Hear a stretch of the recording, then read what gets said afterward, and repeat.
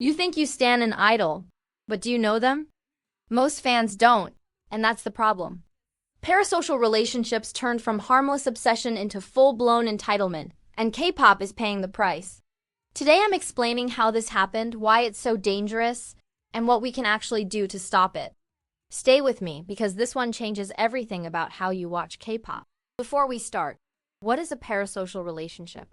A parasocial relationship is a one-way emotional bond where the fan feels intimately connected to a public figure who doesn't know them. It's normal to admire celebrities. It becomes toxic when admiration turns to ownership. When I feel entitled to your time, your body, your choices, that's when the line is crossed. Now stay with me because this is where we lose the plot. In K-pop, the industry literally trains these bonds. Reality shows, lives, fandoms, photo books, everything is designed to create emotional closeness. The problem is the internet amplified it. Now every private moment is viral, every rumor explodes, and some fans start treating idols like they owe them a personal life. Social platforms are designed to reward reaction. Likes, replies, shares, these signals tell people they're being heard. If a fan tweets a conspiracy about an idol and it gets retweeted, that fan feels powerful. Power feels addictive.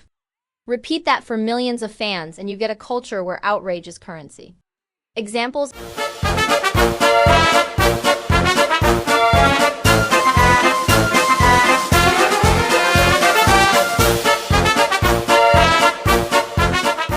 algorithms don't care if someone's life is ruined. They care about engagement. So they feed drama, and the loudest, angriest fans win visibility. That's how parasocial relationships get weaponized. Okay, real talk. This is not hypothetical. This is what happened in multiple fandoms. Example A, dating rumors, harassment. An idol posts a chill photo with a friend. A few accounts claim it's a hidden relationship. Threads explode. Fans start demanding answers. Some begin doxing the friend. The idol, human being, gets death threats. Concert security needs to be increased. That's not fandom passion. That's stalking. Example B, solo stan wars. You know the pattern. A member has a big solo moment, merch sells out, streams spike, and suddenly other fans get defensive. Posts turn personal. You only stan her for visuals. She's a backseat performer. She ruined the song. What starts as my fave is best moves into actively tearing another member down. These attacks happen daily on Twitter and in TikTok comments. Example C, identity policing and erasure. Members who share their identities, queerness, mental health status, religion, are treated as if the fandom owns the definition. If an idol says they're queer and later appear with a partner of a different gender, some fans scream queer baiting or she lied. That ignores how sexuality works and reduces a human being to a plot twist. None of these are harmless fan drama. These are behaviors that have real consequences: canceled appearances, legal threats, mental health crises, and in extreme cases, idols taking breaks because they can't cope. 3 psychological drivers supercharge parasocial toxicity. Illusion of reciprocity. Lives and replies create the illusion idols know and reciprocate our feelings. You think she smiled at your comment because she noticed you. The brain treats that like friendship. Identity investment. Fans self-define through idols. I'm an army. I'm a Blink. Threats to the idol become threats to the fan's self, so they fight. Social proof loop. When other fans applaud extreme defense, you get rewarded. Good job defending her becomes social currency. These 3 factors make normal fans do insane things. Suddenly, defending a celebrity is the way they get likes, friends, and validation. That's a dangerous substitute for real connection. Let's not pretend this is all fans' fault. Companies manufacture intimacy.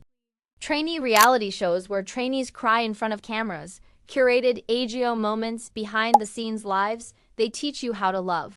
The companies then monetize it. Fans pay, idol gets exposure, everyone profits, until it goes wrong. Survival shows that teach parasocial scripts, merch drops that trigger hoarding.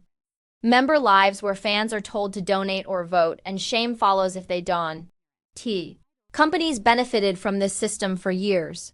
But when the parasocial turns toxic, companies scramble, PR statements, silence, or worse, blaming the idols. That's the worst part. The fans are weaponized, and the idols pay the cost. But in all of this, real harm happens. Mental health decline, constant scrutiny, insults, and rumors lead to anxiety and depression. Idols have quit social media, taken indefinite hiatuses, or worse, been pushed to the brink. Personal safety risks, stalking, doxing, and threats are real. Security budgets have to be raised. Spontaneous fan contact becomes dangerous. Forced performativity. Idols feel pressured to always act a certain way to keep the algorithm and fandom happy, even if it hurts them personally. Group friction. When parts of the fandom fight, the narrative shifts from music to drama, which fractures the group's public image and can influence internal relationships. This isn't just Twitter beef. This undermines careers and lives. This timeline repeats endlessly. The only thing that changes is who's targeted next. Now here's the part people skip. The antidote. Healthy fandoms exist. They actually help idols and enjoy the music without tearing others down. What do, right? They protect privacy, no digging into DMs, no doxing. They separate art from persona. They love the music, not an imaginary relationship. They call out abuse. If other fans harass an idol, they condemn it publicly. They demand corporate accountability. They force companies to care for idols' well-being rather than feeding parasociality. I will always respect Orbits for freeing my girls examples you can emulate. Charity fundraisers by fandoms that support causes the idols care about. Assess streaming events that promote music rather than harassment. Organized, positive social media campaigns. Okay, here's an actual action plan. If you want to be a good fan, do these things. Don't consume or share private content. If it was meant to be private, don't reward people who leak it. Stop policing identities, sexuality, mental health, race. That's none of your business. Call out harassment when you see it. Use your clout to drown toxicity, not amplify it. Value the group over the one-number narrative. Support all members. For companies, invest in education. Make public statements about boundaries and privacy. Provide mental health support and real protections for idols.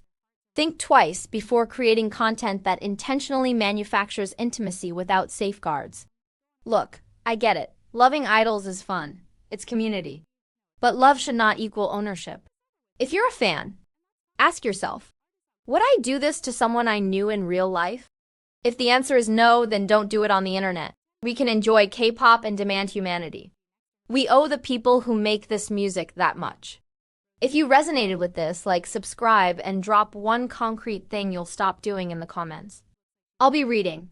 Share this with a fan who needs to hear it. Let us try to make the internet less toxic, especially for people who don't deserve this fight. Okay, bye peasants.